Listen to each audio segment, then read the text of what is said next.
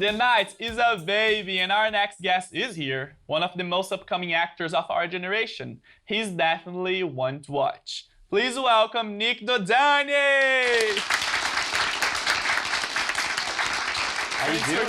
I'm great. How are you doing? I'm doing really well. Thanks for coming on the show. It's such a pleasure to have you here. Thank you for having me. Nik, tell me, you are one of the most upcoming actors. You're so active. You're working on so many projects. Just came out on the movie, the adaptation of Evan Hansen. Tell me about your character. Tell me about this movie. I'm so excited to see it. Yeah, I played Jared Castellani, who is Evan Hansen's closest friend, even though Jared is reluctant to admit that. And in the film, Jared's role is kind of the co-mastermind behind the big lie that Evan tells. I don't know if you've seen the stage production, but it's this really intense story about this teenager named Evan Hansen who suffers from anxiety and depression, who gets caught up in this lie about a student that just took his own life. And Jared kind of helps him go down that journey and creates a giant mess because of it. And where can we watch the movie? It's going to be only in theaters, or it's on the streaming platforms? Where can we watch it? So it's out in theaters now, and it will eventually be on a streaming platform.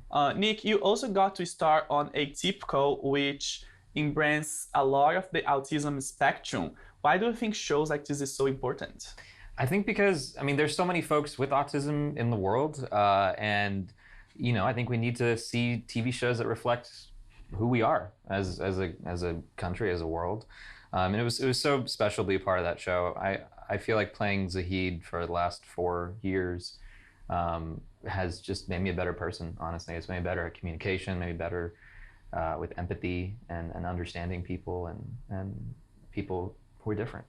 Awesome. You've got to perform a gay character, and as an openly gay actor, do you think it's important to have characters like this on TV?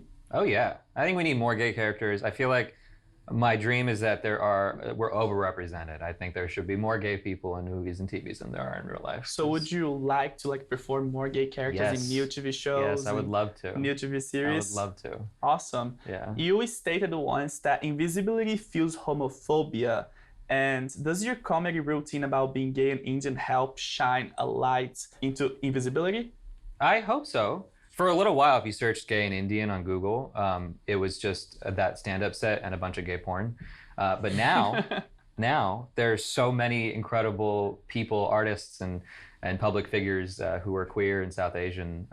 And so I do think the invisibility is receding. Your acting history have been quite diverse, which I think is pretty cool. But how was it to emerge into horror scenes on Escape Room and Alex Strangelove? Alex Strangelove was a gay rom-com, which I guess is a kind of a horror movie, but Escape Room was really fun. It was the first time doing a thriller. I got to learn how to do a lot of stunts. I had to drown in the film, which was really exciting, and it was definitely more intense than any other type of project I've done because it is so physically demanding. But it's super fun. I've been such a fan of horror for so long. I hope I get to do more. I would say that being gay and growing up as a gay guy has quite been a horror story for me. And I'm so happy that now we can actually look into TV and see gay characters. And, you know, having you here, I'm a gay host, you are a gay actor. That's pretty amazing. It's amazing. It's incredible. It's incredible. Congrats on the show. Thank you so much. You are so on demand. Do you have any advice for young actors who are coming? Yeah, I would say take as many classes as you can. I feel like whether it's acting classes, writing classes, painting, anything creative that will keep that muscle kind of working out and getting you out there and meeting new people and making friends. And the other piece of advice I would give is surround yourself with good people. You know, find your people, because this industry is tough and you got to surround yourself with the good ones. Yeah, all right. The movie Evan Hansen is so musical from what I could see in the trailer. Are you a singer? Can you sing? No. What's your music pleasure? No, I'm not a singer. I'm not a dancer. I was incredibly shocked when I got the role. Thankfully, I don't have to do that much in the movie, but you know, if someone like me can end up in Dear Evan Hansen, then really you can do whatever you want. Awesome. We love honesty because Yeah. like there is nothing more embarrassing on people trying to sing and dancing Oh, when God, they can't no. do it. I mean, I know I can't be an actor. That's for you. And I do what I can be good at. So yeah, we love an honesty. But what is your music pleasure? Do you have any? Are you a Britney Spears stan? I wouldn't say I'm a stan. I love Britney. Free Britney. Free Britney. Free Britney. I would say I'm like the person I stand for the most is probably Frank Ocean. Frank Ocean. Yeah, I love Frank Ocean. I got to watch him on Coachella once. I'm so jealous. It was incredible. He's headlining in a couple of years at Coachella again. Again? Yeah. That's amazing. Yeah. Not many people can headline twice on Coachella. That's pretty iconic. That's like Beyonce level. Well, I know you're very passionate in accelerating the developments of South Asian American television. So tell me about the Salon. Yeah, so the Salon is an organization I co-founded a couple years ago. It's for South Asian artists and executives in entertainment. The goal is to just bring us all together, build community, and really replicate what the Black and Latinx communities have done in Hollywood, supporting one another, financing each other's projects, really, uplifting each other's voices. My manager is a 6'3" gay Black man, and Wow. that's relevant because Please hook me.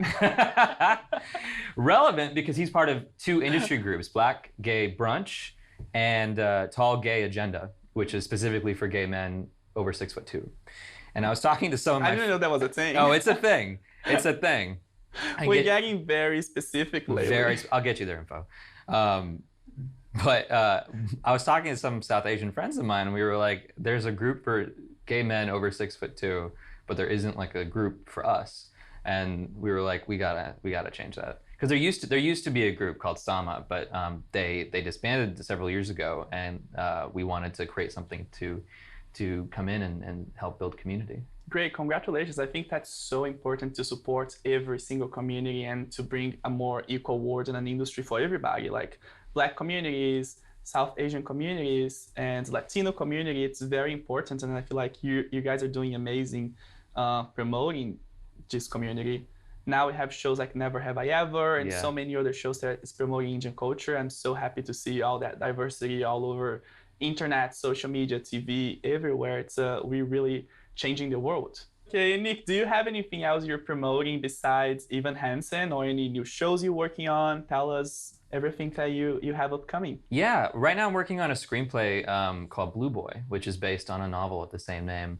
I found it a few years ago and immediately DM'd the author to see if we could turn it into a movie. And so I wrote the script and we're trying to find a home for it. It's about this 12-year-old Indian kid in the early 90s in Ohio who thinks he's turning into the next reincarnation of Krishna.